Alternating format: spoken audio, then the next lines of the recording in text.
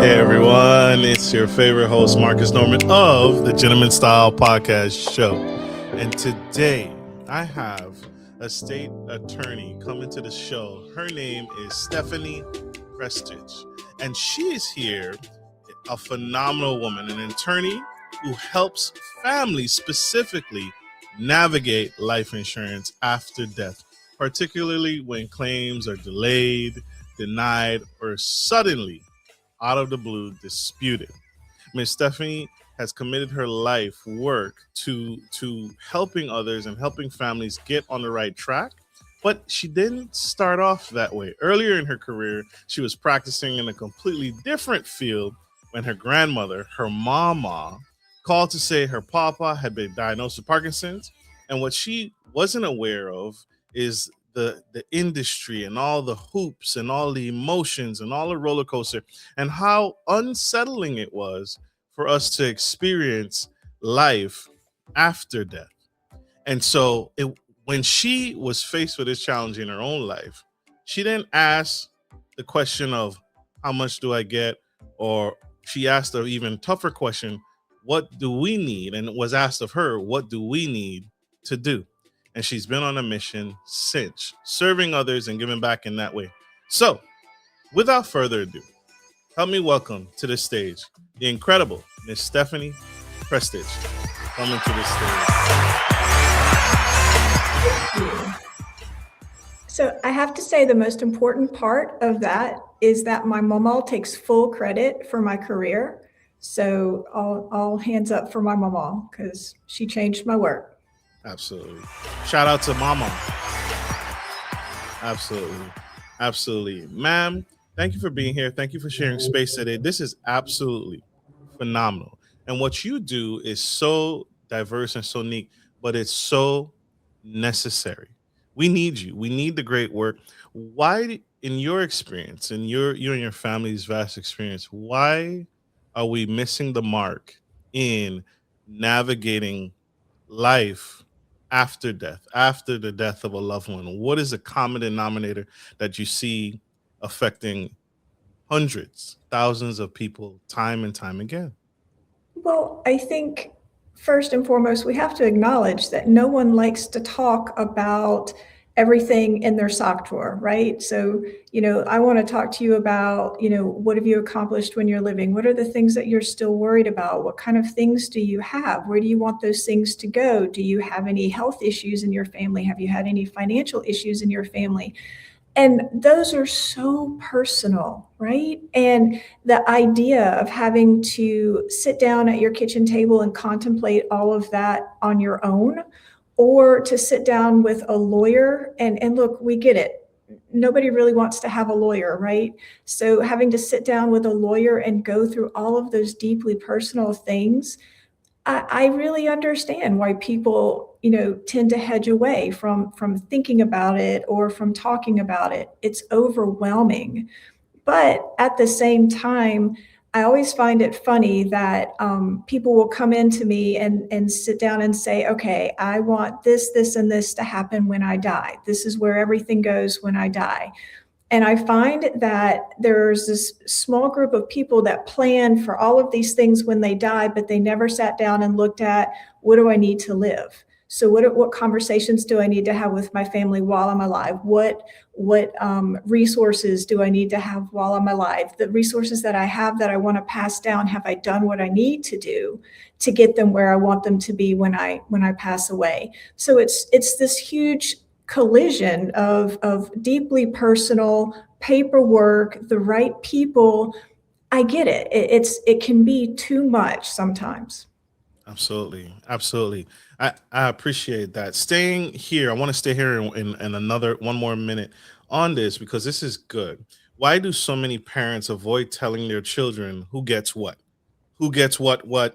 This is how your father and I, this is how we've decided to divide the assets, or should they be brought in? And does that secrecy cause more harm than good in your experience? So that's a great question. And I have very strong feelings about them on both sides, actually.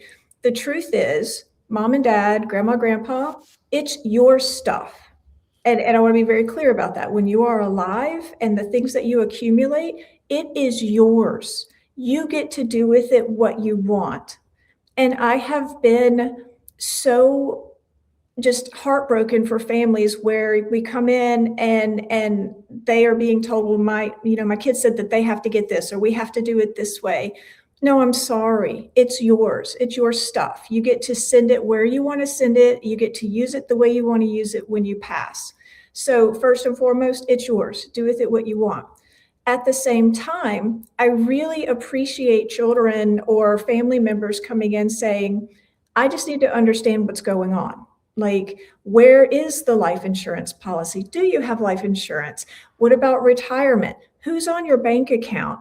And I think that a lot of times trouble kind of brews in how questions are asked and then also how they're answered. So if you come in and say, I need to know who's on your bank account, mom or dad or grandma, that feels kind of imposing, intrusive. But if you're able to come in and say, okay, look, it's yours. It's your stuff. I just need to know, if you can't do it yourself, have you talked to the bank? Have you talked to an attorney? Have you updated your documents? You don't have to show them to me. I just need to know, are they there, right? And does secrecy cause problems? It absolutely can. I always encourage families to talk at the level that is perfect for their family. So, in my family, my husband's also a lawyer. We work solely in this field. So the conversations that we have with our children and our family members about our stuff and where it goes and how we want it handled, they're very, very open and very distinct from how other families are, where they all love one another, but loving people and liking people aren't always the same thing. And trust, you have to have a lot of trust with that. And sometimes you may trust your child, but not their spouse or, their friends or relatives. So I would encourage you to share in a way that is allowing people to know, yes, I've done what I need to do. You don't have to tell them everything you own. You don't have to tell them the value or anything like that. But I think it's important for people to know, yes, I've done some planning. Yes, I have these things. I do know what's going to happen if I can't take care of it myself. It's such an important conversation, and it's not the same conversation for every family, unfortunately. Absolutely. Absolutely. You are knocking on a very particular door, and I need your help debunking this myth. Thank you for being so transparent, even going down to the point where you're disclosing how you and your husband handle things in your household, because it's like going to a Ford dealership and the guy trying to sell you a vehicle well, what do you drive? Well, I drive a Nissan Sentra. Well, you don't even believe in what you're selling. You don't even believe in what you talk about or how you serve in this way. I want your help because you all have brought your own family into the conversations about estate planning. And one of the common things is children, family members feeling owed, feeling I deserve this, or I should inherit this because I have, your grandbabies, and this child should get less because they're not doing things, or they're the problem children. Should parents ever leave unequal inheritances? Is there a math equation that may help, or is that a guarantee to destroy sibling relationships? Should everything be So, equal? no, it should not always be equal. And that's going to make me not everybody's favorite person today. I really want to come back to say that it's their stuff, Mm, right? They worked hard to earn this. They saved, they planned. It's their stuff.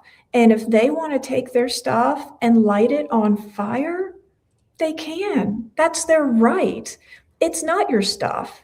And I also want to acknowledge, like, I truly, truly understand families coming together and saying, wait, I've been the one who took care of mom, or I'm the one who handled all the doctor's appointments, or I'm the one who made sure all the bills were paid.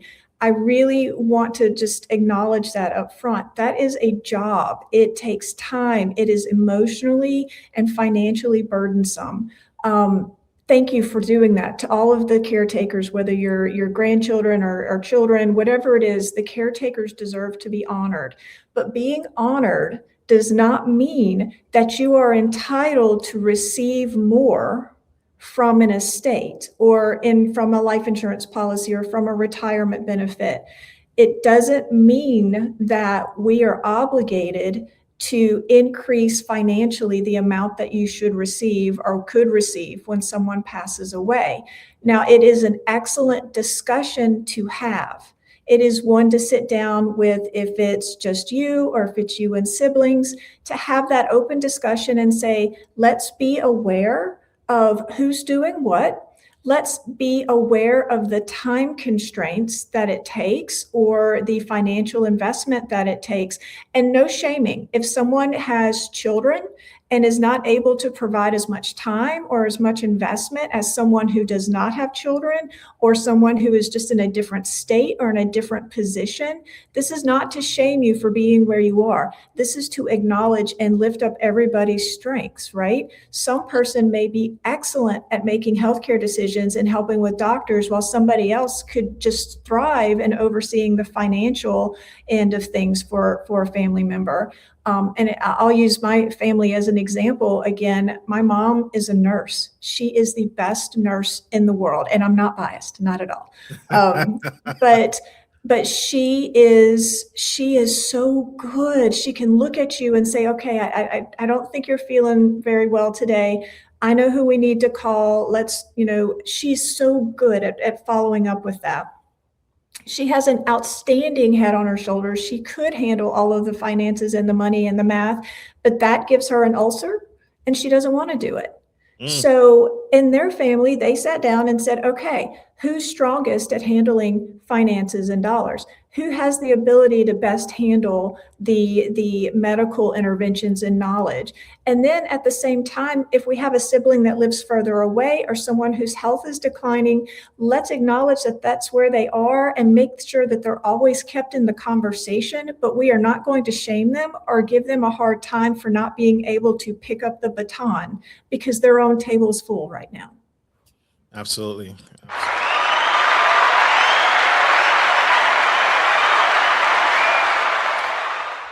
How often should we be having these family discussions? How often do you recommend, or should we wait until there's a life event?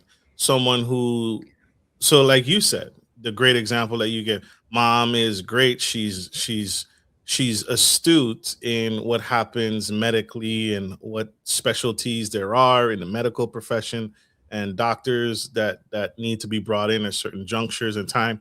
So let mom handle that aspect of things. But life is fluid. Life changes. How often have you and your husband found that you and the family need to come together? Is it every 6 months, quarterly, annually, or we just need to come together when there's a change or a life event? What a really great question. There's no one size fits all answer to that, right? Absolutely. And I'll use my family as an example again, and then kind of, speak more generally. In my family, especially with my mama who's still alive, and while I'm there, I'm on the outside, right? I am not the person who is in control of her estate. I'm not the person who's in control of her medical, and I don't need to be. I need to be there to support my mom and my uncles and my aunts to be able to say, I'm here to provide backup as needed, because that's your mom and I respect that. Just very much so here to say, if there's a change, if there's a question that I can answer, or if I can go to the grocery store and be of assistance, then that's my role, that's my job. And that we know that because we've had that conversation, whether it's in text or it's, at maybe not family holidays. I don't always recommend that, but when we get together, just to say, okay, what does someone need? for my mom this past year, she's, she needed a break. She was the primary caregiver. And it was the right thing for her to be, because she's closer. Again, she's the nurse. It made sense at that time. But her health was declining and she needed help. And at that point, we stepped in and said, hey, let's reassess. Let's see if we need to make some changes. And then from there, if we need to go back the way we were, fine, because as long as, my mom gets the time to breathe that she needs so that she can be what she needs to be for my mama. And then my uncles, stepped up immediately to help her. And so that was such a blessing to see them work together like that. And it's not like they had some, scheduled annual call or they just communicated. They just talked. And thank goodness my mom was, brave enough to come in and say, I'm tired. I need a little help on this right now. And that takes as much courage as it does to step up and say, I got you. I can handle this right now. More generally about when to talk about it, I do not encourage families to wait for something significant to happen, because if you're in a circumstance where we've had an event, whether it's a major health event or maybe like a family crisis, a disagreement, our tendency is to over-respond, right? And sometimes when we over-respond, a lot of those emotions, whether it's fear or it's grief or it's anger or it's just the confusion of not knowing what to do, what should have been done, how this could have been avoided, all of those things converge to make a harder conversation. And it also helps it weakens our basis of trust, right? Because we're responding too much, too fast, and we're trying to solve the problem very quickly or get everything set up very quickly, instead of allowing ourselves the time to breathe and just say, okay, we need to do something. Let's take a moment. In my case, I would say, let's take a moment. If you want to pray about it, let's pray about it. Or just, whatever we need to do, just take a moment. Let's breathe. Where are we? What do we have? What don't we have? What was our fear when this happened? Or if something did happen, what's the thing that worries us most? And you acknowledge, here's where we worried. And then you look at your family and you go, what's the thing that is most precious to you? Are you more concerned about losing control? Are you concerned that maybe we're not ready to handle this? Tell me what worries you. I may not be able to answer it, but at least we know. So we have a much better conversation. Absolutely. Absolutely. This is good. This is necessary. Yeah. I feel like people trust their instincts when it comes to this. And I think I love that you keep bringing it back to, it's my stuff. It's mom and dad stuff, right? At the end of the day, they're the final say. They're the final decision maker on this. It's their things. And ultimately, they're going to decide on how they want to manage things. And they can completely give it all away. They can set it on fire, like you said. And so always remembering that this is out of love, never coming at it from a standpoint of, what can I get out of this? Because that's very morbid, because we're talking about the end of someone's life or a family's life, the end of one dynasty, and leaving things and discussing things for future dynasties. And so we have to approach it with care. We have to approach it with love. I think that I think you said it earlier, but I want to dig deeper into it. I think people trust verbal promises more than legal documents.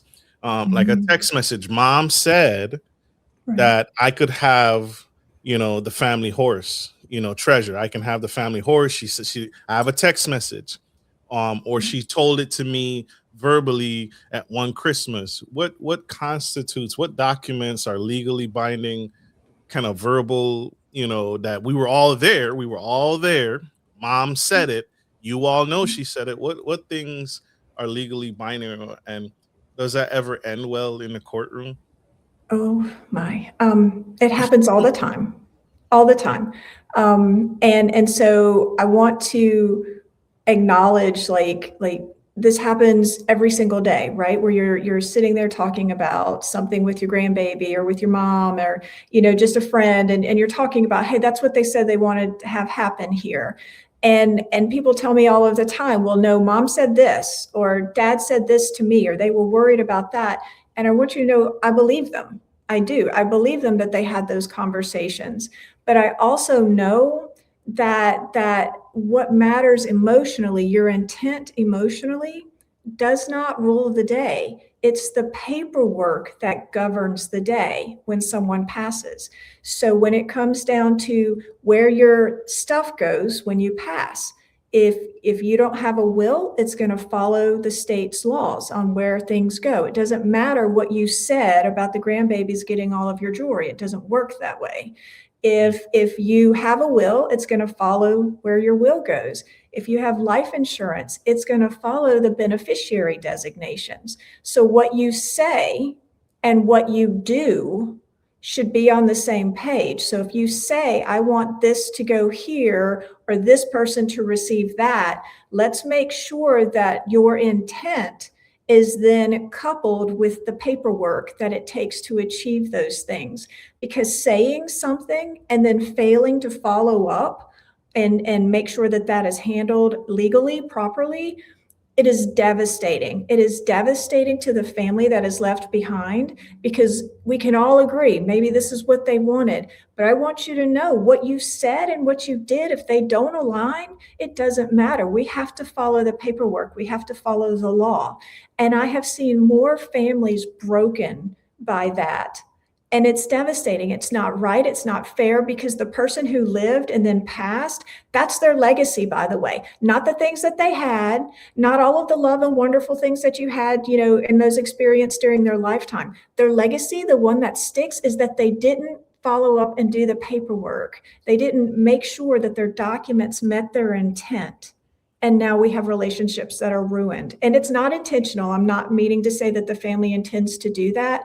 But over the years, what I've seen is that people forget and don't remember how to live in the good and the wonderful memories, because the relationships where they have now and where they're living now, all of that has been irrevocably changed, because what they knew somebody wanted and what the documents provided are different, and it hurts. It does hurt. I wanted to piggyback on what you said. Working at the VA National Cemetery, I had the I bore witness to the husband passed away. He's a veteran, and as a veteran, you get access. You get a free headstone. You get a free plot at any national cemetery. The husband, um, the wife, he's divorced, remarried. The ex-wife never remarried. And so at the time, I think the ex-wife was entitled to being buried with her ex-veteran husband. Also, the new wife also was entitled to being buried with her current husband. And that was the most disheartening thing to bear witness to, because the wife had not planned for paying the cost of being buried elsewhere, because she knew she was going to be in the ground with her husband. But she never knew that the ex-wife was also entitled to be buried, because she never remarried. She's also entitled to be buried in the same cemetery site with her previous husband. And the other thing that came to mind too was it's just so many. Husband again remarries, didn't change the life insurance policy to the current wife. Yes, And we see that every day. he left the ex-wife. He never updated it when he remarried. Right. So the current wife now has to scramble and find the money to bury her husband, but the ex-wife gets the check and Right. all the money. And she's begging her, hey, I'm his current wife. Please give me some money so I can bury my husband. And she's like, no, I'm keeping all 100,000. What have you seen? What documents supersede what? Because you're saying the paperwork needs to match up. What documents need to Absolutely. match up, please? So let me talk about the life insurance end of that first. Absolutely. The first thing that I would point out is this is gonna make fun of me. I'm notorious for reading Reddit posts, because I love it, because they're so real, right? They My are. kids make all kinds of fun of me, but I love it. I love reading them because it's like people, this is real life. This is what they're experiencing. And so you see this, whether it's walking in our office or it's something that you can read on Reddit, where so many people will say, well, my will says who gets the life insurance. People don't understand that life insurance or retirement, anything that has a beneficiary designation, those beneficiary designations rule. In other words, they trump your will. So I can have a will that says at my death, my daughter's Ava Grace, give Ava Grace all of my life insurance, and give all of my property to my son Mason. So that's great that my will says that, except my life insurance policy designates my son and daughter as equal beneficiaries, right? So what happens? Well, they're going to receive equally from that life insurance policy because that beneficiary designation trumps my will, even if my will was written 15 years after I did that life insurance designation.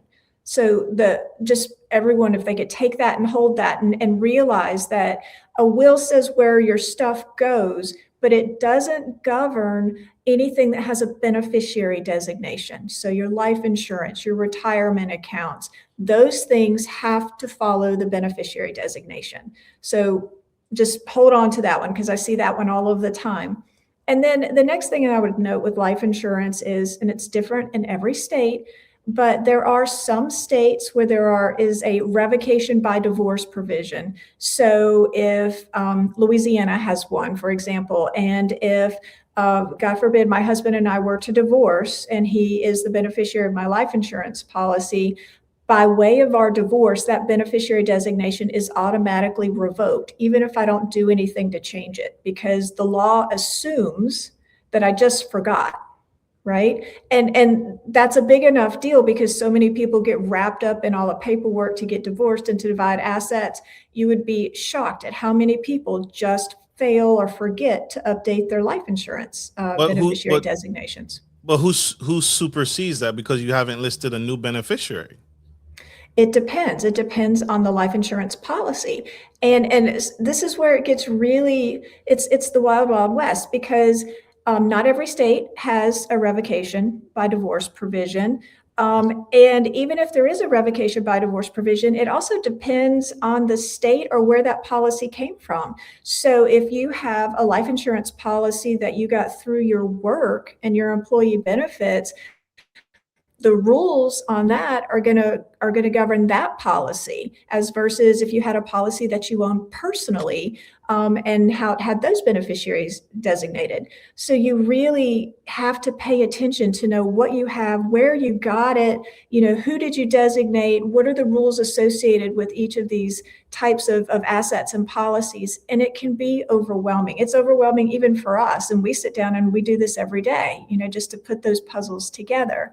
So in the event that someone is revoked by divorce, or you changed it, or you just removed somebody as a designation, the policy will either have rules on where it goes. So you may have contingent beneficiaries named, or it may go to your estate.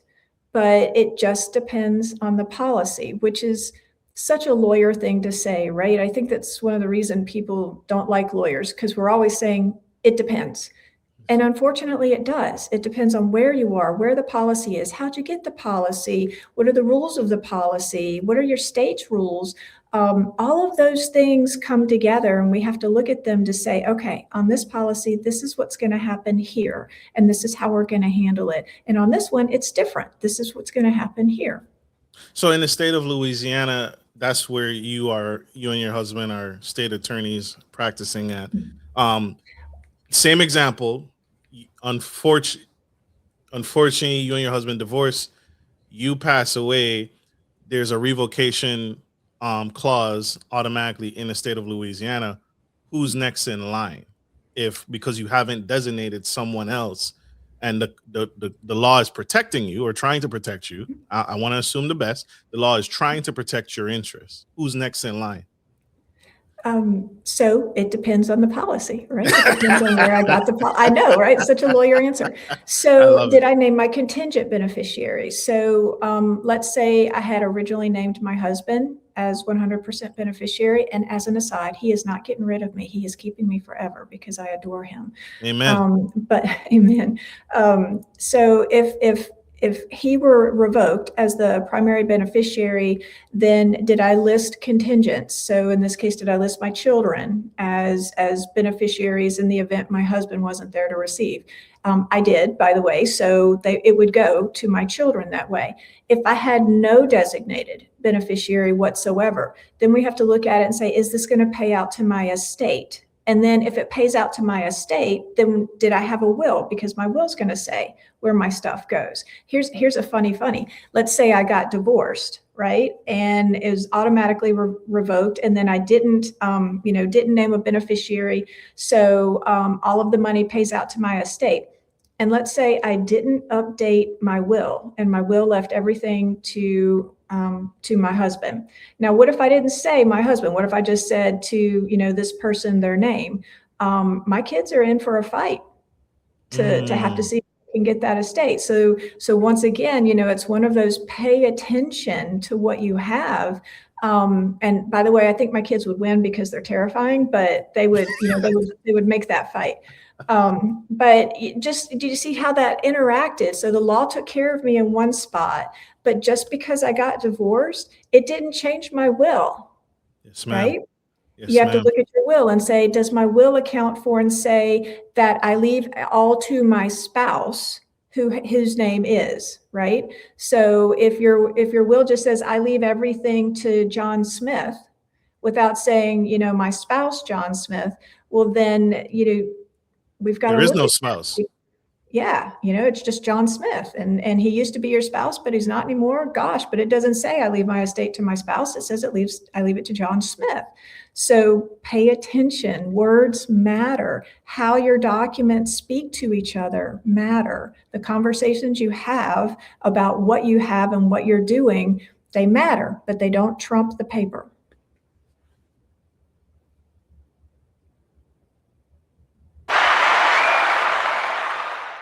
I love this. This is great. This is absolutely necessary. You are changing lives. You are changing perspectives, and this is needed. What you and your family are doing is changing a paradigm, and it's absolutely necessary. Um, what's the most manipulative thing you've seen someone do to get access to a dying person's assets? Because unfortunately, you said it earlier, there's a part in some people that they they forget the loved one. I saw it live when I worked. I have a background in finance. I worked in banking, and two siblings. Mom is gone. Yeah. Mom is gone, and they're fighting over 500. They're fighting over $500 in their checking account, Mm-hmm. and literally cussing each other out, having full blown arguments in front of me across my desk because they're trying to prove that they should get access to the money in mom's checking account. And I can't tell them yet because they haven't provided all the legal documentation that Right. it's only $1,000 in this checking account. You're fighting over $1,000. And what's the most manipulative thing you've seen someone do to get access to a dying person's asset in your career? So I want to preface that question with, it's so easy to finger point and say, well, that's wrong, or that's being manipulative. And I try very, very hard to always first see the good.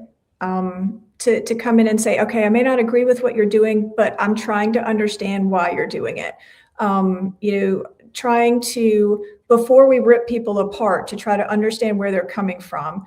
Are you doing this because you're concerned that somebody took advantage of mom? Are you fighting over this because, well, we're siblings and we just never got along, so that's just the way it's going to be? Are we doing this because we're both equally passionate about mom and the estate and the things, and we just have different perspectives or different rules? So before I go in and say, well, this is the most manipulative thing I've ever seen, I would encourage anyone looking at this to stop and say, okay, if I weren't so angry right now, if I weren't so frustrated, how could what you're doing or what you're saying or what you're demanding, how could that be based in love or in honor for our family member before we go straight to, gosh, I don't like you, I don't like what you're doing, it's very manipulative. And I think just doing that would save a whole lot of relationships long before we got to this point. And then at the same time, I get it. Sometimes you don't want to do that. Sometimes you just, it's, you don't like them, you've never liked them, or you've never seen eye to eye, or something's just so far out left field. I get that too. I respect that too, but try to start with love and before we do get out. The most manipulative I've ever seen, I remember this clearly. It's at this office. I had a very nice lady that was brought in by a friend.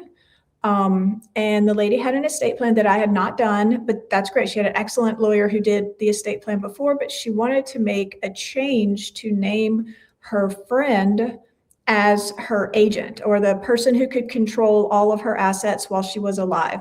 So we call that a power of attorney. And she wanted her friend to be able to manage all of her money, her property, all of that while she was alive, just in case she couldn't do it herself or she didn't want to deal with it anymore. And her friend wouldn't let her visit with me without the friend in the room.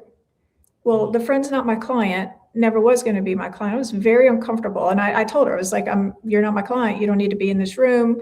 We don't have anything medically that you need to provide for this person to visit with me without you.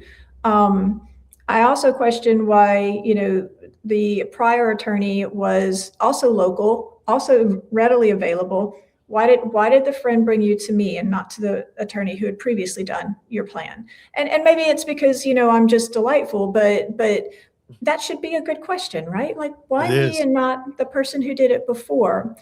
And what I found is that the more questions I asked, the lady didn't get mad, her friend did. And I was like, I'm not going to help you. I'm so sorry.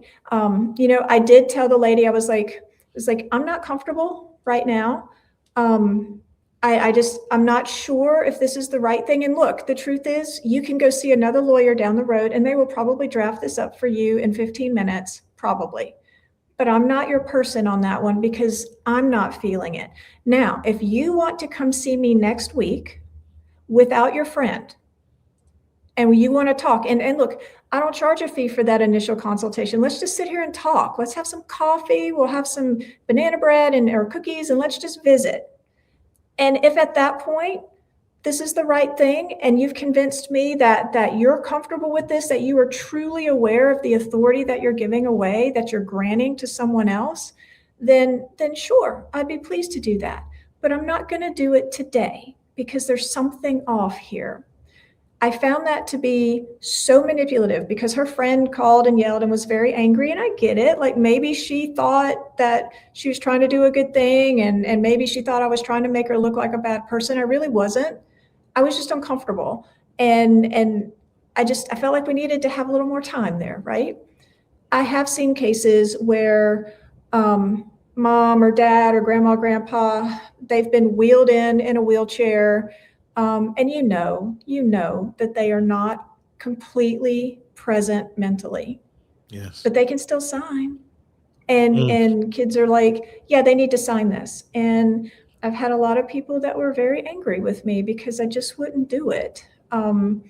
It's just, and it doesn't mean that the kids who brought them in were bad. Just like that, the lady who brought her friend in, like they may not have been bad. I just wasn't comfortable with it because I found it manipulative because why didn't we do this earlier? Why now? Why is now our big issue? Why are you angry about this? Like why did we wait till we didn't have the ability to communicate? And look, sometimes the mom or dad or grandma or grandpa, whoever it is, sometimes they're like, suck it up. Like you're gonna have to figure it out. I'm not giving you any authority while I'm alive. You'll have to figure it out. Y'all duke it out when I die. That's an option. It's not a great option. That's a painful option. It is. It's it's certainly their right. I don't know if it's something I respect, but it is a right that they have to It's exercise. it's not helpful. It's No. not helpful. I commonly and routinely I hear, I don't care, I'm dead. I don't care what happens Yes. to my money, my estate, these houses, because I'm deceased, I'm passed away. I need you to care because you're gonna cause havoc. I am under the impression that, just like you said, mom and dad, it's your right not to disclose anything to me. But if you don't, what I have shared, and I probably need to do this more. I'm guilty of this. I need to share more, that if you don't disclose anything to me, that is absolutely your right. And I'm not asking, just like what you said earlier, I'm not asking how much it is. I'm not asking what my split is, or if I'm getting anything. I don't particularly want anything for the most part. If you leave me something, thank you. And I will do my best to honor it and cherish it, and be a steward of this blessing to the best of my knowledge and to the best of my ability and what I'm capable of. And I thank you for bestowing this gift on me. But if you don't let me know or tell me where stuff is, then you are leaving it up to my discretion on what I'm capable at that moment of the time of your passing. And if all I'm capable of is burying you in the backyard, that's what's going to happen. I think it is absolutely, I've seen the other side where the one child is where they are in their life, they're not able to facilitate all the needs mom and dad may have wanted. And because there's no discussion prior to where life insurance is, what bank they banked at, where the money is, the child did the best that they absolutely could do. And all the other family members, all the other relatives are chiming in, saying, mom and dad listed you as the estate person, or the person to handle the estate. And mom, this is mom's favorite dress. Why would you bury her like this? Mom and dad wanted to be buried, or her ashes spread over the sea or the ocean. I can't afford that. This is the best that I can do. And how dare you chime in on the best that I can do? Okay, then help me fulfill mom and dad's wishes, because I don't know where anything is, and this is the best I can do. So I say that to say, if you're totally entitled to not tell me anything, mom and dad, I'm just going to do the best that I can do with what I have. And what I have at the time of your passing may be just, I can just bury you in the backyard or put you in a shoebox. I am sorry, but that's the best I can do. And I think that's a fair exchange. Your thoughts, Miss Stephanie? I think that, yes. First of all, I was thinking you must have a very big backyard or a very large shoebox. But I want to note first, there were no villains in that scenario, right? None. Right. So even though I didn't necessarily agree with mom or dad's decision, it was their right. Yep. So they're not villains for making that decision. And the children who can only do what they can do, who can only handle what they can handle. Yeah, like you could just see it, and how you were explaining it, like there was already this rise in emotion, like I can only handle what I can handle, and I don't know where everything is, and people are pushing at me and pulling at me and telling me I needed to do this and I needed to do that. Breathe. Yeah. Just stop. Let's breathe, okay? There are things that need to be done. There are questions that need to be asked, but when someone passes, let's just acknowledge that death and money change people. Absolutely. Okay? So let's stop and let's breathe. There is no gold star for running super, super fast. There is a huge reward for stopping and taking an assessment and saying, okay, what do we know? If someone's passed away, do we need to secure the house? Do we need to make an inventory of what's there? Do we need to find out what assets someone had? Do we need to see where we can get this information about life insurance, about retirement, about any types of agreements that we have? Let's stop and breathe. Let's collect our data before we make any huge life-altering financial decisions or relationship decisions. Let's just stop and breathe. It is the best advice I could give anyone, because when something happens, our instinct is to immediately step up and collect everything and do as much as we can all in one big swoop and do it all, even though we're probably not in the right mental or emotional state to do all of that right then. Well, the coroner is calling me every day. The hospital is calling me to come. You know, the coroner is calling me to, hey, you need to pick up your mom's ashes. The hospital is saying, hey, you need to come get your, verify your dad's body. That doesn't help either. No, it doesn't. And those are things that we can't make go away, right? Yes, But we ma'am. have to acknowledge that this is a part of it. This is a part of the process. And there are some things you're going to have to do on that timeline, right? So if the coroner's calling you, you need to take that call, and you need to, understand Don't ignore what they're it. asking. No, don't ignore that one. If if you're going to have a funeral, you need to go through that process of going to the funeral home. If somebody has life insurance, you need to kind of have an idea or try to find out where that is, so that if you're using that to pay for the funeral, you can do that. This is a good time, though, to, even then, you don't have to do it all in 24 hours. You just don't. Yes, ma'am. Just, okay, let it all come in. And if you're close with your family, what can you work on as a group? If you're not close, if you feel like you have to handle everything, then you sit down and say, okay, what are the ones I have to handle right now? Yes, And if you need help, gather a team, find the right people to help you to carry that burden for you. Absolutely. Absolutely.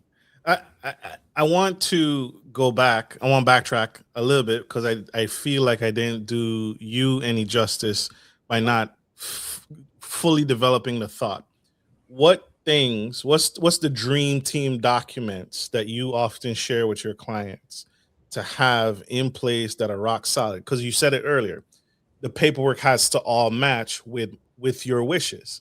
So what paperwork is that in hierarchy, I guess, or maybe necessity? You need to have a will. Can I get by with just listing beneficiaries? What about my bank account? Is it good to just have the bank account um, beneficiaries and contingents listed on my checking and savings account? Or do I need a will to override my bank account? In that hierarchy of things, can you fully So develop that thought with me? together, let's say the lawyer answer.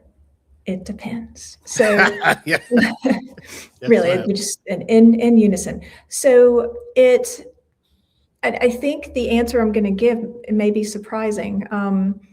The thing that I think is so important, is somewhere having a list of what you have, right? And I used to have clients who would pay me to do this, and it made no sense to me because they could do this on their own. I don't know if they just liked my little table more, but literally a sheet of paper. And I'm not saying for you to share this with everyone, but a sheet of paper that says, okay, we bank at Chase, and but our savings is with with this particular company. We have life insurance through work here, plus the retirement plan through work. This is who HR is. This is who you contact.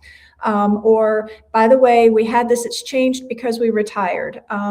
We have, this is what we inherited from our parents, like listing out. And it doesn't have to be perfect. It doesn't have to be pretty. It doesn't even have to be typed. And that does not constitute a will, by the way, just that list of assets. All right. But it's like a guidepost.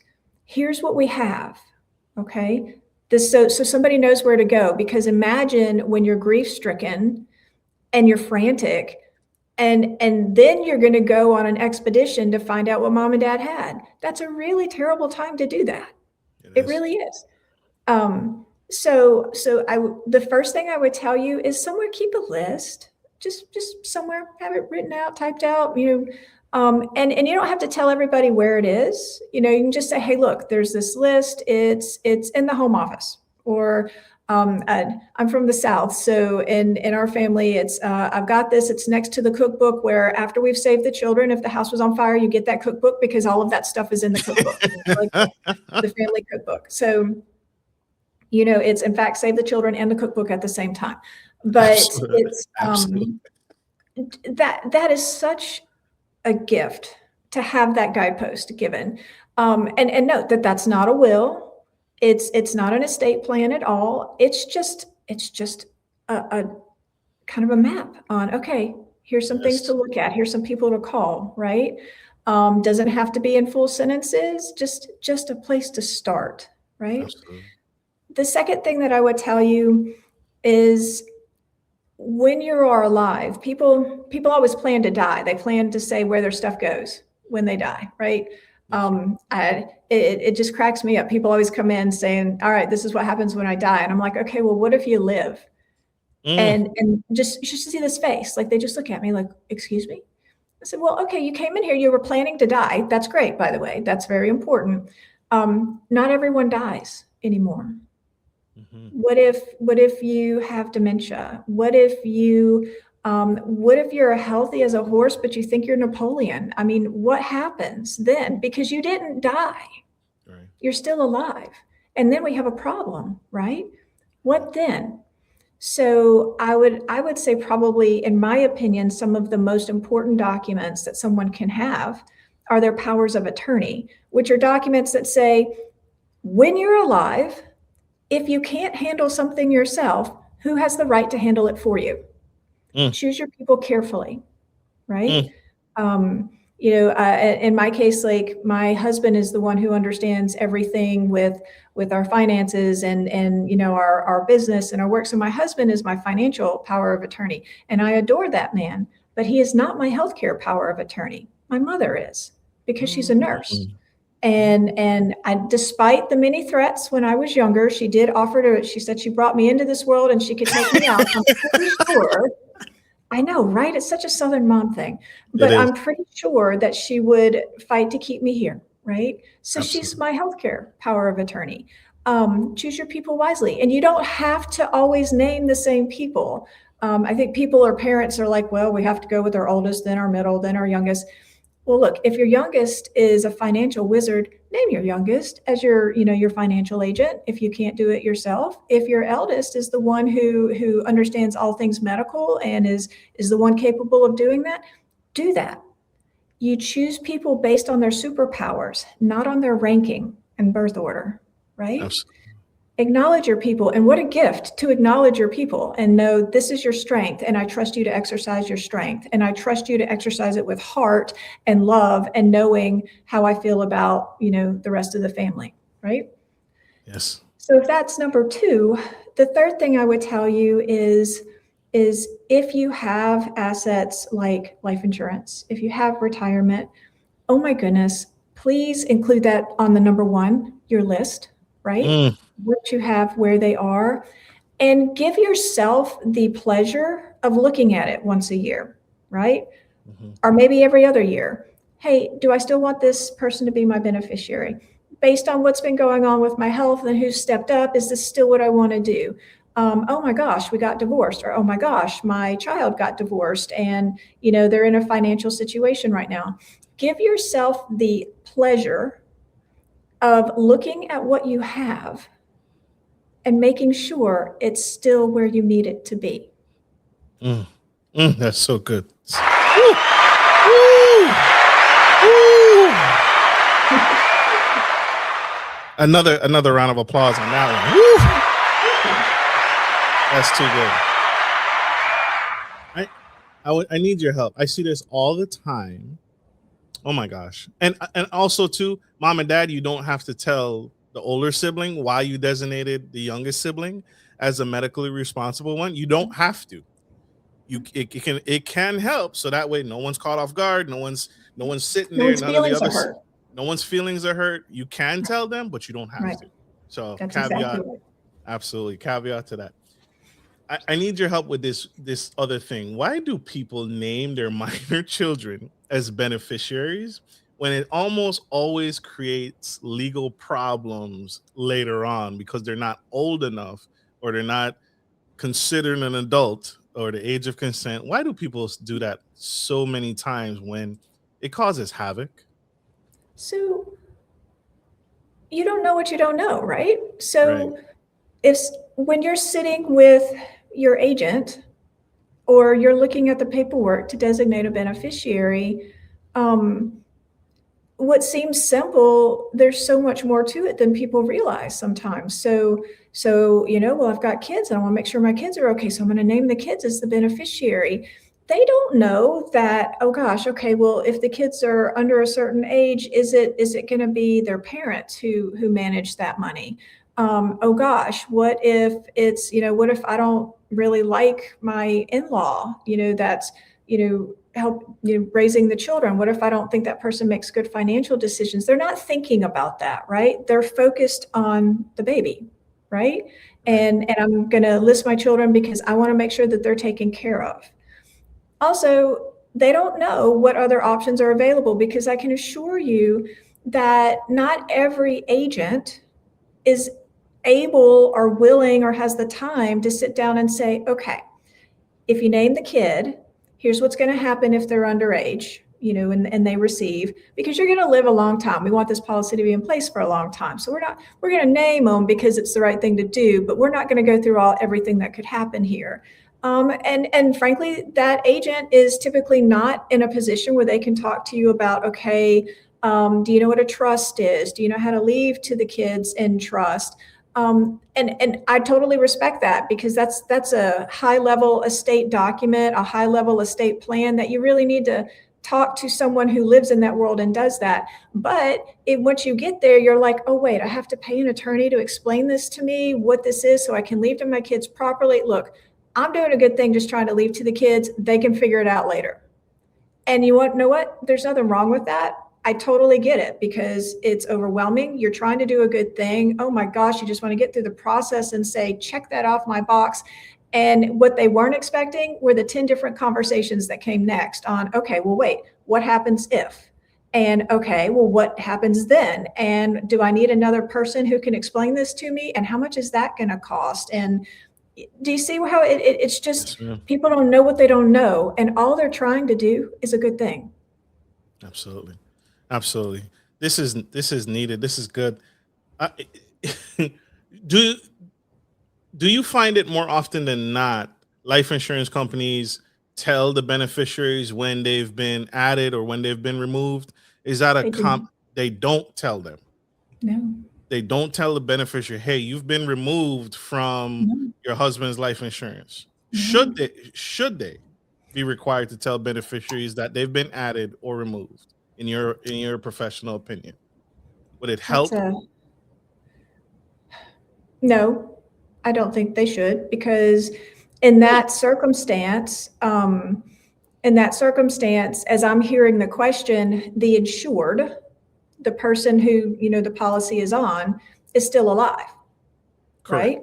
So if that person is still alive and they change out their beneficiaries, that's their right. And just like with their estate and their will, it's their right to leave it to who they want, when they want, and the amount they want. And they are not legally obligated to tell people what they're doing with their stuff. In this case, if they're changing their beneficiary, that's their policy. Assuming it's, their policy, they have the right to designate who they choose as their beneficiaries, and they have the right to change it. And it's not the life insurance company's responsibility to update people about, hey, you were a beneficiary, but that now you're not. And gosh, you should go have a conversation with your grandma. This changed right after Thanksgiving, what y'all talk about over turkey. It's no. I do think that families should have an obligation to say, hey, look, I got this stuff. It's out here. There's a reason I have it. I do look at it every year, every 5 years. I look at it. I pay attention to what I have, and I know what I want, and I have done what I want. Absolutely. What is it called when someone designates a lawyer to ensure that their will or their estate is carried out in a particular way? I've seen it in movies. I watch too many movies. What is when the lawyer gathers the siblings around and they sit across the room and they're like, okay, the reading of the will. But the lawyer is responsible for making sure everything is carried out. How does that work? How do you set it up? It feels like it's expensive because I'm now gone, but you need to get paid. How does that work? The estate pays for the lawyer. So I think that's important. So it's estates, if you did that, let's just for round numbers, let's say you had a $100,000 estate, and when you pass away, and the lawyer, you're basically saying is the lawyer the executor or the executrix, the person who is named in the estate plan to oversee and administer the estate. And that whole process is typically called a probate process. In Louisiana, we call it a succession, but it's the same, whether it's a probate or a succession. The idea is to gather all of the assets, what they are, and say, this is what they had on the day that they passed away. These are the debts that they had on the day that they passed away. So the estate has to pay those debts, right? One of those debts would be hiring the attorney or whomever to be the administrator of that estate. And most states have rules on how much they can be paid or a percentage of the estate. You can choose whatever you want, but typically states have their own rules with regard to that. And then, the attorney gets everything together and they, pull it all in and go through and advise the court on this is their will and this is the things that they had. This is the debts that they had. These are the things that we're paying. And after we've done all of that, this is what's left. And the will says it goes here, here, and here, right? That probate process, that's really all it is. There are a lot of lawyers who really scare people, I think, about that. And I would be the first to tell you, it's not fun. It's my least favorite thing to do as a lawyer. You had to do it yourself. Well, yeah, I mean, it's part of my practice. It's my least favorite part. I like doing the pre-planning. I hate doing the probate process at the end because it just hurts my heart, right? Even if we've done great planning, I still have to sit down with somebody and say, okay, we're going to breathe. Now, let's make sure, do we have our little list on what they owned? Do they still own all of these things? What about debts? Do we know anything about debts? So it's like, I'm so sorry. I know this person just passed away. I need to know what they owned, what they owed, and make sure that we have all of our numbers correct. And it's one of those where I tell people all the time, there's no medal, there's no gold star for doing that at a super fast rate, because it's okay to take a moment to breathe and gather that information, because it matters on how it's presented and how it's paid out to everyone. But it's still hard, it's not fun. Absolutely. And I love the reading of the will. I actually had somebody call me last week, a friend of mine, and she's like, they just had a reading of the will, and I was like, gosh, I've been doing this for a very long time, and never ever have I ever called the family together. It's very Knives Out kind of cinematic movie, right? I've never pulled everybody together and read the will, and the reason I haven't is because that probate process is public. So it has to be filed with the court. So, I'm going to read the will. I'm going to make sure I have all of the right people and all of the right information about the assets, and I'm going to file it. And if there's a family member that feels like they need to know about it, it's filed, go get it. And the amounts, the dollar amounts. Okay. It depends. Wow, I had no idea that was a public thing. But I guess, like you said, to protect any potential for an interest. If I have interest or a vested interest, I feel like blended families can really complicate. Yes, it can. Really complicate things and really get really painful at the end. Have you ever seen where life insurance companies deny claims or deny payment to beneficiaries? Yes. Or why? It's in writing now. I'm pulling on your legal brain. It's in writing. So, why would you deny payment?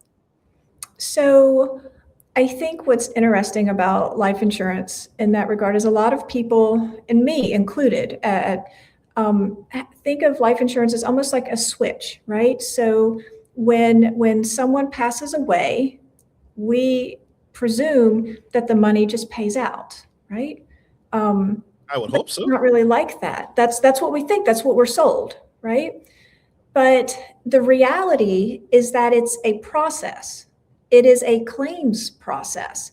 So when someone passes away, the life insurance company is reviewing the cause of death, the status of the policy, the beneficiaries, maybe health concerns, timelines. They are reviewing all of those things. That's the claims process. A life insurance policy does not pay out because someone died. A life insurance policy pays out because it made it through the claims process. No one knows that. And it's shocking and hurtful to people when they don't understand that it's a process where all of this is being reviewed and investigated. And they're just thinking it's on paper. It's supposed to happen like a light switch.